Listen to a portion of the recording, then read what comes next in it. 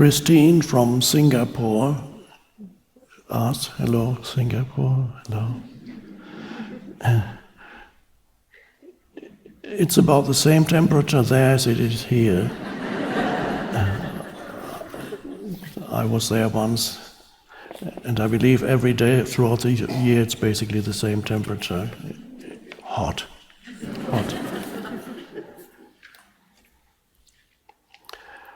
I've been watching your videos since the pandemic, and it has helped me a lot in realizing I am not my thoughts and emotions.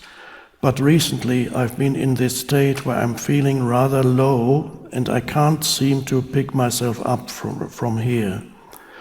There are lots of old fears and worries rising up again and again, and it's making me feel annoyed. It is as if a toddler throwing a tantrum in my mind, in my head. It's a nice way of putting it. A toddler throwing a tantrum in my head.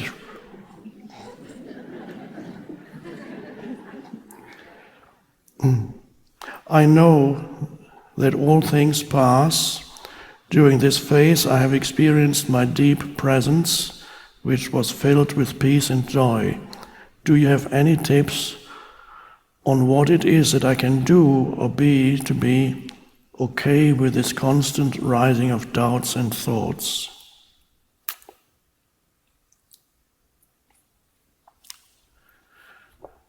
I like the image of the toddler. With your permission, I may quote it in a future talk. Now, the interesting words here. I'm realizing I am not my thoughts. Okay, that's a good realization.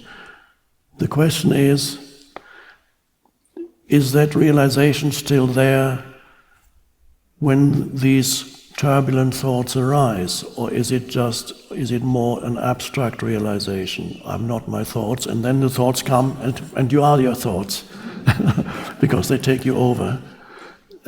So the question is, in the moment of these turbulent thoughts arising, are you able to know that you are not your thoughts? And that knowing is not a conceptual knowing, because I am not my thoughts is a mental concept. So on that level it's easy to know that you're not your thoughts. But there is another deeper, direct and experiential knowing, and the question is whether that deeper experiential knowing that you're not your thoughts is there while the thoughts happen.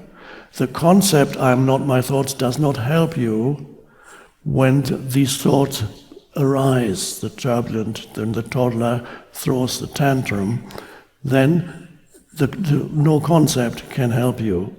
So the knowledge that you are not your thoughts need to move from conceptual to a deeper place. There are two ways of knowing anything. One is through concepts, the other one is through awareness. This applies to anything. It applies not just to your thoughts, it applies to anything that you know. You can know, let's say, a tree or a flower, a cactus, since we're here. You can know it conceptually through saying things about it, knowing things about it, its name and so on. And or you can know it without words. You're looking at it, or you touch it, not the cactus hopefully. You're looking at it, and not just for a second, but for a little longer, let its presence speak to you, not through words. You can sense the inherent aliveness in any life form, a flower, a tree, whatever it may be, and you look at it, and there is something there that transcends the mere sensory perception. You can sense that deep within. You can sense the flower too is present, but not in the same way that you are present. There's a consciousness that expresses itself, the one consciousness expresses itself as the flower. And so you know the flower beyond concept. And when you only apply concepts, you only know the surface of the flower, the surface phenomenon of the flower. The same with thoughts. While the thoughts arise, do you know you're not your thoughts? Are you able, in other words, are you able to be the awareness even to your turbulent thoughts and realizing they are my turbulent thoughts? I'm verbalizing it now, but when you realize it is not verbal, so you know these are my turbulent thoughts without saying these are my turbulent thoughts. So you're simply in the background of your turbulent thoughts, and if you have to, hang on to some part of your inner body, and you feel the aliveness in your hand or your feet or your legs, and stay present, and there the thoughts come like a little storm or a tornado. A toddler throwing a tantrum, that works well too, because toddlers can throw terrible tantrums.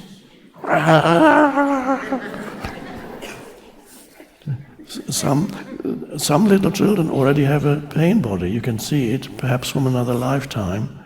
It doesn't mean that they are less spiritual. In fact, the stronger your pain body is, the more likely it is that eventually you'll awaken because you can't stand it anymore. That was the case with me too. So, knowing that you're not your thoughts on the conceptual level is good, but are you able to know it while it happens, while the turbulence happens? And you are.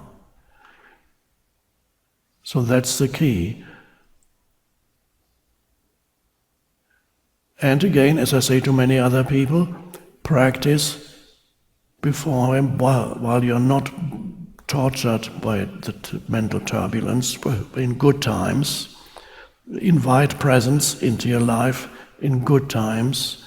Practice presence in good times, so that when you're being challenged, either externally or internally, presence is sufficiently strong for you not to get completely identified with whatever turbulence arises, externally or internally. You could even, it sounds a little strange, as a little practice, set aside a few minutes and say, I don't know if it'll work, you can try it, I'm going to invite turbulent thoughts, I'm going to invite this toddler and see what he does. Try to think turbulent thoughts. It may not work or it may work. And stay there and see if we can stay present. Another thing that might be helpful, the influx of turbulent thoughts, at some point it starts. At some point they begin to rise. And it could be very conscious, and are you able to detect the beginning of the influx of mental turbulence, mental emotional turbulence? Are you able to catch it at the beginning stage?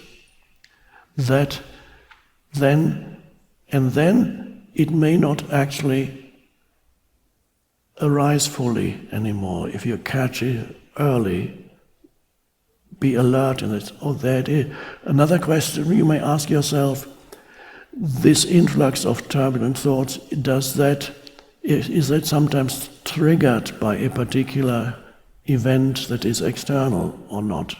Maybe yes, maybe not. But does it happen particularly when your energy is low? I believe you mentioned some low energy here. Yes, I've been in this state where I'm feeling rather low and I can't seem to pick myself up from there. It could be that when you feel low, there's also less awareness in you. And so then the turbulence, which is probably to do with your pain body. The turbulence comes in when there is diminished awareness in you. So be particularly alert when there is, when you feel physically at a low energy level. You can still be alert, though. Very interesting practice. The knowing non-conceptually is of course part of the awakening into awareness, when you have the two modalities of knowing, concepts, and I sometimes call that unitive knowing, because conceptual knowing creates a barrier between you and that which is known through concepts. It keeps a barrier between you and the other human being. When you conceptualize, we talked about it earlier, when you conceptualize another human being, you form images and concepts about who he or she is, and then you relate through the screen of conceptualization, so that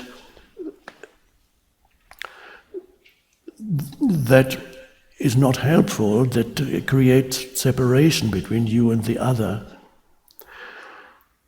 Unitive knowing is to recognize and to know the other directly, not through concepts. And the strange thing is both. You can have both. It's not necessarily a question of either one or the other. You can have certain concepts and ideas about another person or anything, and yet at the same time not be totally confined to your set of concepts that you have about the other person. There may be beautiful moments when these concepts don't operate, and you're able to commune with that person without concepts. So the concepts may be there, but you're not trapped in them. You may know certain things about a person, perhaps there's certain behavior patterns in another person, and you know this person tends to do this kind of thing.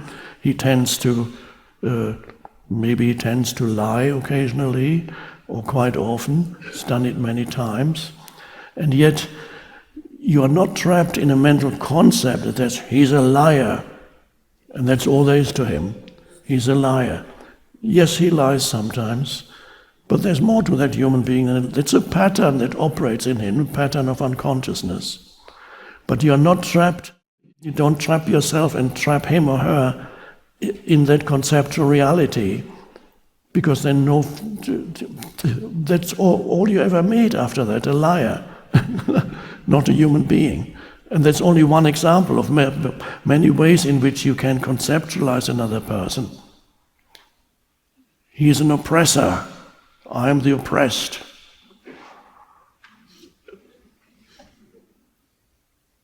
You wear glasses, you must be an oppressor. You're Cambodia. Crazy.